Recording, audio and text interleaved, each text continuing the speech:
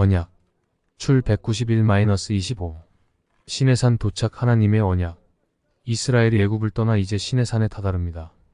그곳은 출애굽의 첫 목적지, 계시와 언약 체결의 장소입니다. 이스라엘이 민족들 가운데서 특별한 지위를 가지게 된 것은 이스라엘이 그럴 만한 자격이 있어서가 아니라 하나님의 선택입니다. 하나님은 먼저 이스라엘을 구원하시고 14장 지켜주시며 그들과 함께 하셨습니다. 16-17장. 이러한 인도하심에 축약된 표현이 4절의 톡수리 날개로 너희를 업어인 것입니다. 이제는 이 백성의 삶 전체가 이러한 하나님의 인도하심에 대한 응답이 되어야 한다는 것입니다. 5-6절. 하나님의 소유, 제사장 나라, 거룩한 백성.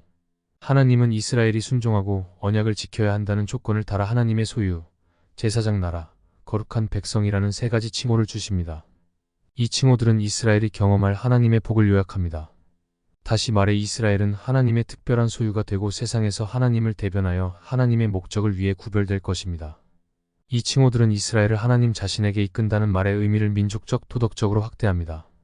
이 칭호들과 함께 나오는 세 개가 다 내게 속하였나니라는 말씀은 하나님의 특별함과 주권을 강조하며 따라서 이른바 다른 여러 민족의 신들이 하는 모든 주장을 일축시킨 것이라고 이해해야 합니다. 이스라엘의 상황에서 이것은 유일하신 하나님의 선택과 권능입니다. 신약에서 베드로는 구속받은 자들로 이루어지는 영적인 하나님의 나라의 의미로 이 용어들을 사용합니다. 베전 29. 하나님과 이스라엘의 조건적 언약. 모세가 하나님 앞에서 내려와 하나님께 명령받은 이 쌍무적이고 조건적인 언약의 세부 사항의 말씀, 너희가 내 언약을 지키면 되겠고를 장로들을 통해 백성들에게 말했고 7. 백성들은 뜨겁게 반응합니다. 8절 신 527-29. 그들이 하나님의 뜻대로 다 행하겠다는 말을 8.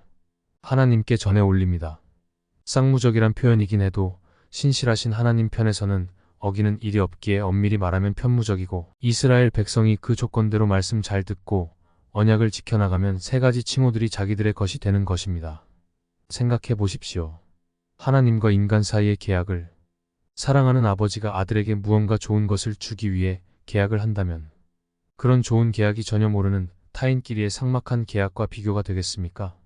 하나님을 뵙기 전에 이스라엘이 성결하도록 하나님은 모세에게 백성이 하나님을 만나기 전에 성결하도록 명하십니다.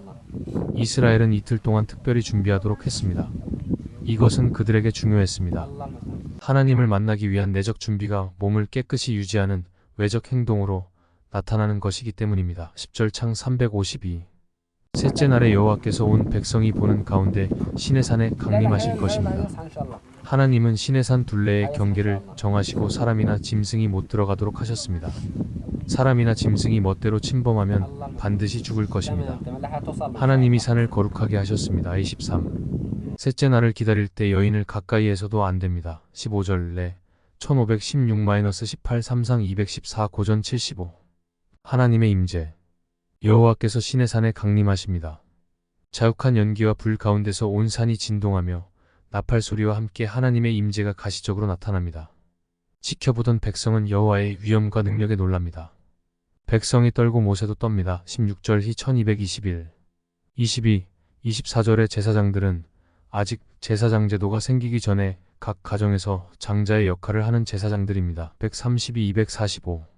나중에 레위 사람들이 이들의 자리를 대신합니다. 아민 345.